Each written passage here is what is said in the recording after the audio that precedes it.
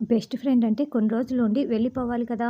ఇంతవరకు ఇక్కడే ఎందుకు ఉంది అని లాల్ సింగ్ ప్రశ్నిస్తూ ఉంటే, నేను ఇక్కడ ఎన్ని రోజులుంటే వీడికెందుకు అని మనోహరి మనసులో అనుకుంటూ, అంటే నేను ఆరు బెస్ట్ ఫ్రెండ్‌ని కదా! అందుకే పిల్లల్ని చూసుకుంటూ ఇక్కడే ఉండిపోయానని మనోహరి చెప్తుంది. అమర్ గారి పిల్లల్ని బాగి కదా చూసుకుంటుంది. బాగి గారినే కదా అమర్ గారు పెళ్లి చేసుకుంది. మరి మీరేంటి చూసుకునేదని నమ్రత ప్రశ్నిస్తూ ఉంటుంది. అంటే మా మనోహరి మేడం అమర్ గారిని పెళ్లి చేసుకోవాలనుకుంది అని చెంబ అంటే, అవును అది మిస్ అయిపోయింది. అందుకే అప్పటినుంచి మిసెస్ కాకుండా ఇలాగే ఉండిపోయారని రాథోడ్ అంటే, రాథోడ్ ఇవన్నీ చెప్పటం అవసరమా అని మనోహరి అంటుంది. మీరే కదా మేడం డీటెయిల్‌గా చెప్పమన్నారు. అందుకే చెప్పానని రాథోడ్ అంటాడు. రండి సార్ లోపలికి వెళ్దాం అని రాథోడ్ వాళ్ళని లోపలికి తీసుకువెళ్తాడు. ఏంటి మనోహరి వచ్చిన ప్రతి ఒక్కరూ కూడా నువ్వు ఎవరని ఇలా అడిగితే నీ పరిస్థితి ఏంటో ఒక్కసారి ఆలోచించుకున్నావా? అయినా వెనక వచ్చిన బాగి గురించి తెలుసు కానీ ఎప్పటినుంచో ఉంటున్నా నీ గురించి తెలియకపోతే ఎలా అని చెంబ అంటుంది.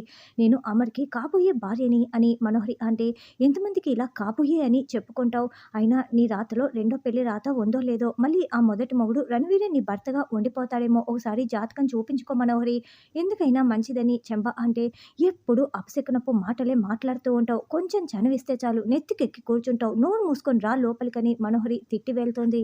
సార్ లాల్ సింగ్ గారు వచ్చారని రాథోడ్ కేకలు పెట్టడంతో అమర్ నేరుగా వచ్చి ఒక పెద్ద హగ్ ఇచ్చి, హాయ్ రా ఎలా ఉన్నావు అని మాట్లాడుకుంటూ ఉంటారు.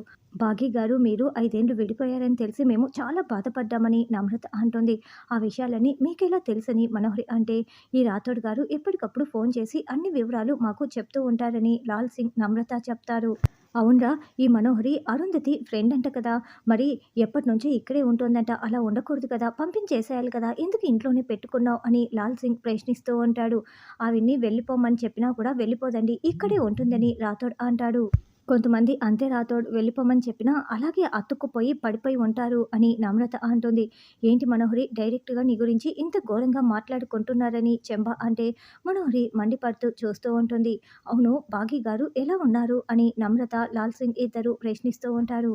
అంటే తను ఆరుకి బెస్ట్ ఫ్రెండ్. ఆరుకి తను ఇక్కడ ఉండటం కూడా ఇష్టం. అందుకే ఉంటుందిలే మనోహరి బాగిని పిలు అని అమర్ అంటే, అదేంటన్నయ్య బాగిని నువ్వు కదా పిలవాల్సింది అని నమ్రత అంటుంది. అలా చెప్పండని రాథోడ్ అంటాడు. ఏంటి అమర్ మీరిద్దరూ కలిసిపోయారని రాథోడ్ చెప్పాడే. అయితే మీ మధ్య ఇంకా గొడవ సమసిపోలేదా అని లాల్ సింగ్ అడుగుతూ ఉంటే, లేదు లేదు మా సారు మేడం ఇప్పుడు చిలక గోరింకల్లా ఉంటున్నారు. ఏంటి మనోహరి గారు చెప్పండి. మీరు చెప్తే కదా అని రాథోడ్ అంటాడు. అమర్ బాగిని పిలు. కొత్త పెళ్ళికొడుకులా ఎందుకు మా ముందు పిలవటానికి అలా సిగ్గుపడుతున్నావు అని మనోహరి అంటోంది. బాగి అని అమర్ పిలవగానే వస్తున్నానండి అంటూ బాగి మెట్లు దిగి వస్తూ ఉంటుంది. బాగి అందానికి అమర్ ఫిదా అయిపోయి కళ్ళార్పకుండా అలాగే చూస్తూ ఉంటాడు. ఏంటి మనోహరి సింపుల్‌గా రెడీ అవుతానని చెప్పి ఇంత అందంగా రెడీ అయి వస్తోంది. అసలు నువ్వు తేలిపోతున్నావు తెలుసా అని చెంబ అంటుంది. నమస్కారం లాల్ సింగ్ గారు. హాయ్ నమ్రత అంటూ బాగి పలకరిస్తూ ఉంటుంది. హాయ్ బాగి గారు రోజు రోజుకి మీ అందం చాలా పెరిగిపోతోంది. ఒక బిడ్డకి తల్లైనా కూడా మీరు చెక్కు చెదరకుండా అలాగే ఉన్నారు తెలుసా అని నమ్రత అంటుంది. ఏం తింటున్నావు ఏంటని నమ్రత అంటే, మా ఆయన ప్రేమ నన్ను ఆయన అంత బాగా చూసుకుంటారని బాగి చాలా సంతోషంగా అమర్ వైపు చూస్తూ చెప్తూ ఉంటుంది. మా వాడు అంతేనమ్మా అపురూపంగా చూసుకుంటాడు. అప్పుడు అరుంధతిని ఇప్పుడు నిన్ను అని లాల్ సింగ్ అంటే, మా అక్క కంటే నన్ను చాలా బాగా చూసుకుంటున్నారన్నయ్య అని బాగి చెప్తుంది. అది నీ అదృష్టం బాగి అని నమ్రత చెప్తుంది.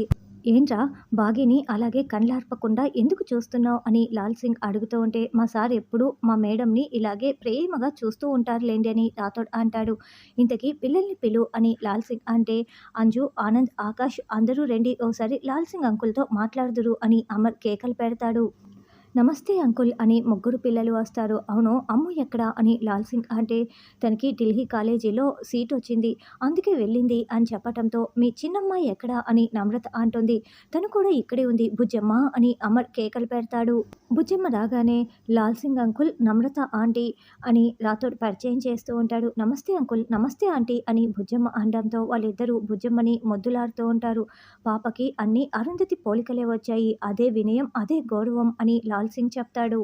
మీ డ్యాడీ నిన్ను బాగా చూసుకుంటున్నాడా? లేకుంటే వెరీ వెరీ డిసిప్లిన్ అంటూ మళ్ళీ ఏదో ఒకటి చేస్తున్నాడా అని లాల్ సింగ్ అడుగుతూ ఉంటే, నాన్ననా అని బుజ్జమ్మ ప్రశ్నిస్తూ ఉంటుంది. తను నీకు నాన్నే కదా అని లాల్ సింగ్ అంటే, లేదు తను నాకు సార్ అని బుజ్జమ్మ చెప్తుంది. అదేంటి ఓవర్ డిసిప్లిన్‌తో నిన్ను సార్ అని పిలవమంటున్నాడా ఏంటి బుజ్జమ్మ అని నమ్రత అంటుంది. అయ్యో! నేను బుజ్జమ్మకి వివరంగా చెప్పలేదే ఇప్పుడు దొరికిపోయేలా ఉన్నామే అని బాగి మనసులో అనుకుంటూ, బుజ్జమ్మ ఇప్పుడేం మాట్లాడకు సైలెంట్‌గా ఉండు నీకన్నీ తర్వాత వివరంగా చెప్తాను అని బాగి మెల్లగా బుజ్జమ్మకి చెప్తుంది. తను సార్ అంటుంది, నాన్న అని పిలుస్తుంది. 2 పిలుస్తూ ఉంటుందిలేండని బాగి కవర్ చేస్తుంది. ఇక అంజు గురించి లాల్ సింగ్ గుర్తు చేసుకుంటూ, అంజు విషయంలో నువ్వు చేసింది చాలా గ్రేట్ రా అమర్. అంజుని నీ దగ్గరే పెట్టుకున్నందుకు నాకు చాలా హ్యాపీగా ఉంది అని లాల్ సింగ్ చెప్తుంటే అందరూ టెన్షన్ పడుతూ వింటూ ఉంటారు. నా విషయంలో డాడీ ఏం చేశారు అని అంజు ప్రశ్నిస్తూ ఉంటే, అదేమ్మా అని లాల్ సింగ్ మాట్లాడబోతూ ఉంటారు. అన్నయ్య మీరు ఇప్పుడే ప్రయాణం చేసి వచ్చారు కదా, ముందు ఫ్రెష్ అప్ అవ్వండి తర్వాత మాట్లాడుకుందాం అని బాగి కవర్ చేస్తుంది. అంజు విషయంలో అమర్ ఏం రహస్యం దాచాడు, నాకు తెలియని రహస్యం ఉందా అని మనోహరి అనుకుంటూ ఉంటుంది. రాథోడ్ వీళ్ళకి గది చూపించు అని బాగి చెప్తుంది. రెండని వాళ్ళని తీసుకువెళ్ళిపోతాడు. తర్వాత బొజ్జమ్మ రాథోడ్ అంకుల్ అమ్మేంటి నన్ను ఏమీ మాట్లాడొద్దని చెప్తోంది. అమ్మ సార్ భార్యాభర్తలు అంటున్నారు సార్ని నాన్న అని పిలవమంటున్నారు ఏం జరుగుతోందని పాప ప్రశ్నిస్తూ ఉంటే, నటిస్తున్నారమ్మా నటిస్తున్నారు. ఇప్పుడు నువ్వు అమ్మని మేడం అని ఎందుకు పిలుస్తున్నావు అని రాథోడ్ అంటే, అమ్మ పిలవమని చెప్పింది మేము తల్లి కూతుళ్ళమని కొన్ని రోజులు తెలియకూడదని అని పాప అంటే, అలాగే అమర్ సార్కి కూడా ఒక భార్య ఒక చిన్న పాప ఉండేవారు వారు ఇప్పుడు లేరు, అందుకే నువ్వు వాళ్ళ కూతురుగా నటించాలి, మీ అమ్మేమో భారీగా నటిస్తుంది అని రాథోడ్ చెప్తుంటే నాకేం అర్థం కావటం లేదని బుజ్జమ్మ అంటుంది. రాథోడ్ అంకుల్ నీకు చెప్తున్నది ఏది అర్థం కావటం లేదు కదా, ఉండు నేను చెప్తాను.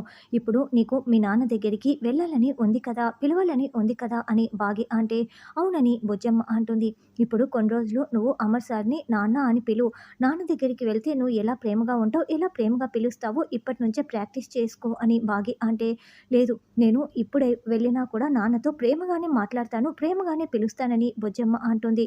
త్వరలోనే నీ కోరిక నెరవేరుతుంది కానీ అప్పటి వరకు నేను ఆయన భార్యని, నువ్వు కూతురు నాన్న అని పిలుస్తూ ఉండాలి అర్థమైందా అని బాగి అంటే, నాకేం అర్థం కావటం లేదు కానీ కొన్ని రోజులు సార్ని నాన్న అని పిలవాలని మాత్రం అర్థమైంది, సరే అలాగే పిలుస్తానని బుజ్జమ్మ వెళ్తుంది.